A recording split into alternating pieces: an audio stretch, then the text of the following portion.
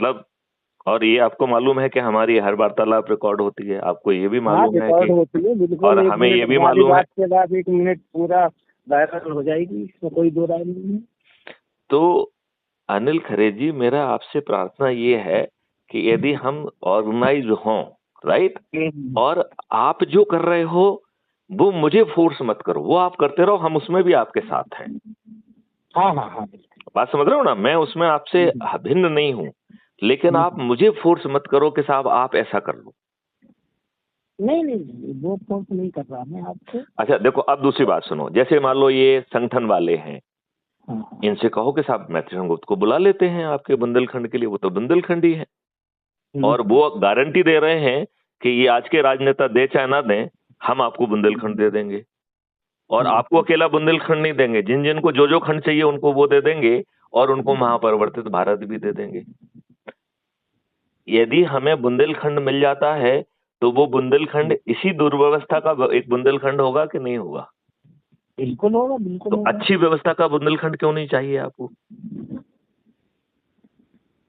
यदि मैं नहीं, इस बात पे हम चर्चा करते हैं अभी, इस पे चर्चा करते हैं अभी, इसको छोड़ना नहीं है इस टॉपिक को।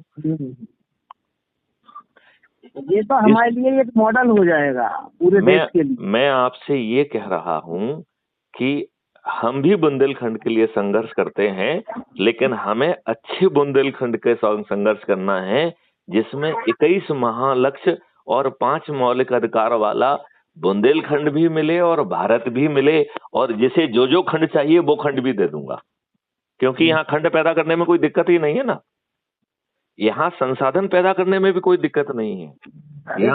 यहाँ हर जिले के लिए और हर प्रदेश के लिए पार्लियामेंट और बिल जो है ना विधानसभा बनाने में कोई संपत्ति पैसा भारत सरकार का नहीं लगेगा, क्योंकि हम जो भी संपत्ति पैदा करेंगे उतने भारत विकास निधि का निर्माण हो जाना है।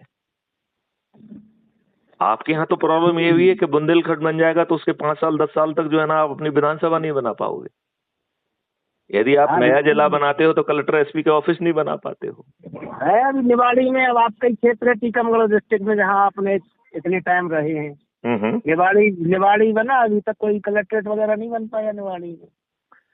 तो यदि कलेक्ट्रेट भी बन जाए, जिला अस्पताल भी बन जाए, और अस्पताल भी ऐसा हो जो कि हजारों एकड़ों में फैला हो, और जहाँ पे सभी पैथियां साथ में हो, और आपके दिमाग को तकलीफ ना दी जाए कि भैया आपको कौन सी पैथी चाहिए, आपके जो है सिम्टम्स और चीजों को कैप्चर करने के लिए जैसे ही आप बटन दबाओगे एक वॉलंटियर पहुंच जाएगा, आपके जो भी टेस्ट वेस्ट होना है वो सब अपने आप हो जाएंगे, और आपके खीसे में 5 पैसे नहीं है तब भी होंगे, और कोई भी चीज मुफ्त में नहीं होगी, वो आपके कल्प वृक्ष अकाउंट पे माउंट होंगे, और जब आप कमाने लग जाओगे तो अपने आप पट जाएंगे। वो तो मुफ्त कुछ नहीं है यहाँ पे।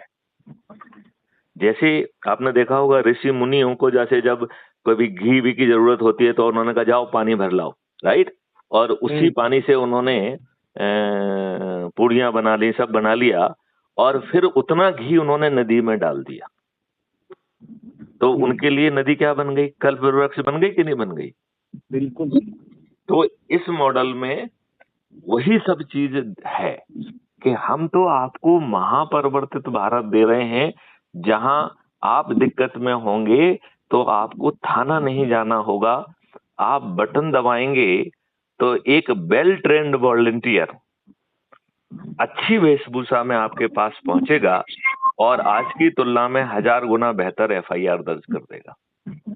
वहीं पर कोई झूठी एफआईआर दर्ज नहीं कर पाएगा, वहीं पे कोई झूठी गवाही नहीं दे पाएगा, वहीं पर कोई झूठी विवेचना नहीं कर पाएगा, वहीं पर कोई झूठी वकालत नहीं कर पाएगा, जिससे आज जो है 60-70% लोग जो जेल में सड़ रहे हैं, या तो उन्होंने गुनाह नहीं किया है या बहुत छोटा गुनाह किया है, उससे बहुत अधिक सजा वो पा रहे हैं, और बहुत सारे लोग तो पूरी तरह से निर्दोष हैं, उनसे लोग ज्यादा पा रहे हैं सजा, वही लोग ज्यादा पा रहे हैं। तो इस यदि ये दुष्ट व्यवस्था बदल जाए, जिसमें आपको बिना थाने जाए सिर्फ बटन दबाने से एफआईआर दर्ज हो जाए, और कोई आपके विरुद्ध झूठी एफआईआर दर्ज करने का, झूठी गवाही देने का झूठी विवेचना करने का और झूठी वकालत करने का साहस नहीं रखेगा, ऐसा अद्भुत भारत आपको क्यों नहीं चाहिए? जहां पर भारत सरकार के ऊपर 1 पैसे का खर्च नहीं होगा और ऐसे एविडेंस कलेक्ट अपने आप हो जाएंगे टेक्नोलॉजी का यूज करते हुए, जो आज की पुलिस सोचने की औकात नहीं रखती है।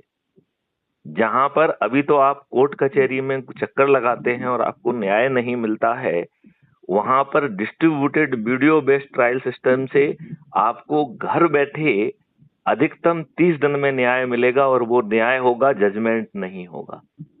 तो आप कहेंगे कि क्या आप जज के दिमाग में घुस जाएंगे? भाई साहब, आप कैसे न्याय दिलाएंगे? तो उसके लिए बड़ी सरल प्रक्रिया रखी गई है, वो है कि अपील की 2 तरीके की अपील रखी गई है, अपील अगेंस्ट द जजमेंट और दूसरा है अपील अगेंस्ट द जज।